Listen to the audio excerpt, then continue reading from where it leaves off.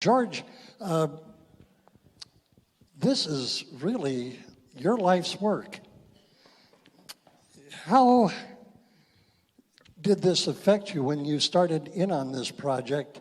And looking back, how has it impacted you? First, I just want to say I'm so glad that Frank Ashmore's here. So thank you for being here tonight. That moment at the bank was what changed my life. And I basically started talking to people wherever I was, whether I was, at a coffee shop, anywhere, just trying to share that moment of how God came into my life and gave me hope. I wanted to share that moment with others. So that was my whole purpose. And I would just do it on a one-on-one basis. Find someone, and I didn't know it, but I was ministering. So eventually I told this one gentleman, he was, dressed in plain clothing, and he was a minister, and he goes, "This is so powerful, you have to make it into a film and share it with the world."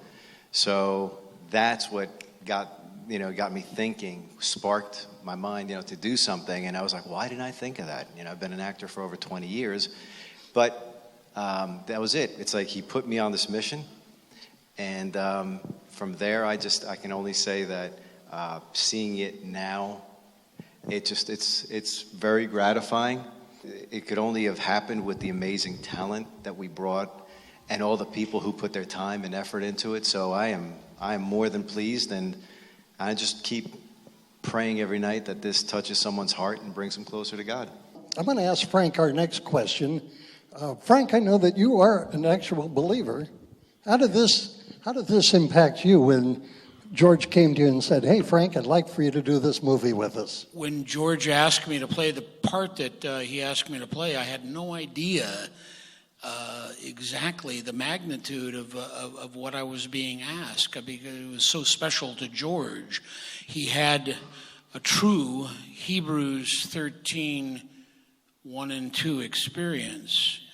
That's the one where it says, "Be careful of who you entertain out there. You might be entertaining angels." George entertained an angel. But the film is so powerful in so many instances. I think the scenes in the hospital are some of the most touching scenes I've ever seen on film. And I mean that with all my heart. George and Kristina they just acted the heck out of it in an experiential way. You can't catch them acting. You can't catch them 1 second acting. It's so felt. So I am incredibly honored and incredibly pleased to be in this movie. And the fact that I play the character I play is it's a great gift, George. Thank you, bro. I'll turn to Kristina right now. Kristina, this was a journey for you as well, because you're playing a real life woman, Kristina, down there, and an amazing story and an amazing job that you did. What was your life like before and after you've done the movie? Tell us about your journey with this. Well, it was just a regular old audition at first. And, I shared this story with them at the premiere in New York, but I didn't want to do the audition, not because of any particular reason of the project. I just was in a really bad place in my life, and I didn't feel I had anything to offer.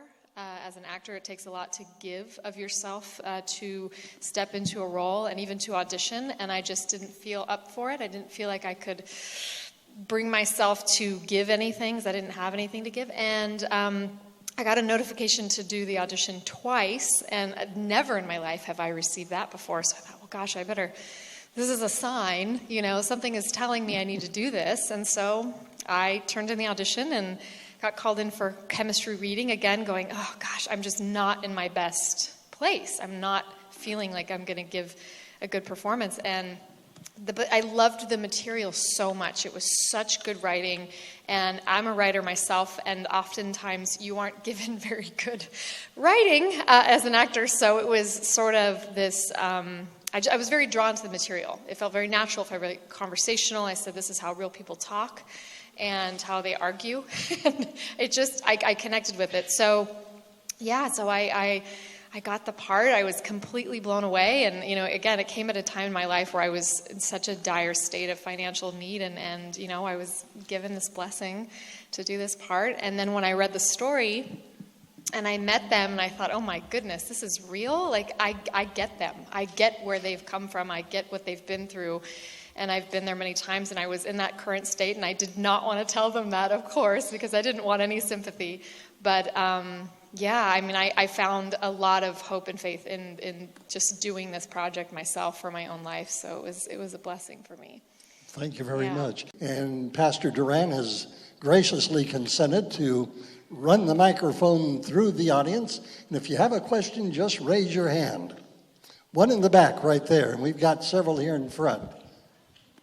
Not only was it an excellent movie, but to see Mama with making the pasticcio and the way she loved on you touched my heart, and it was very moving. Thank you very much. So thank you for sharing. One Greek to another. Very well done. One of the little tidbits that George can talk about is that the scene in the credit union was actually the real after a credit union. That's true. That's true. That was the actual bank where I had that experience with, that gentleman, So when we were looking, when Ricky and I, let me tell you, first of all, I just got to give it up to this gentleman because he is my right-hand man. Without him, this thing wouldn't be done. Just from the producing standpoint, from everything, from the very beginning to the very end, Rick's been right there with me, just making it all happen. So thank you, Rick. Co-producer, co-director, Rick Irvin. And but no, really, please, he deserves every yeah. But regarding the bank thing, it was pretty interesting that we were looking for locations for a bank and we couldn't find one. So I went back to Aftersag Federal Credit Union, and it worked. That's all I can say. It worked. Yeah. All right. Yeah, we have another question.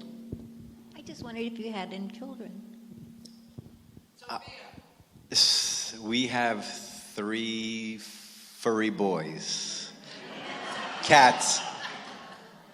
We have 3 cats. So those are our children. Yeah. All right. Any other questions? One in there, right there. Well, having experienced a husband conversion moment, I'm just curious how Kristina reacted to you telling her that you just became a Christian. Well, when he first came to me about when he was at the bank and all his experience, I didn't believe him. I'm like, yeah, sure. I am a believer, but I didn't believe him because I know that he didn't really believe. So I had a hard time with that.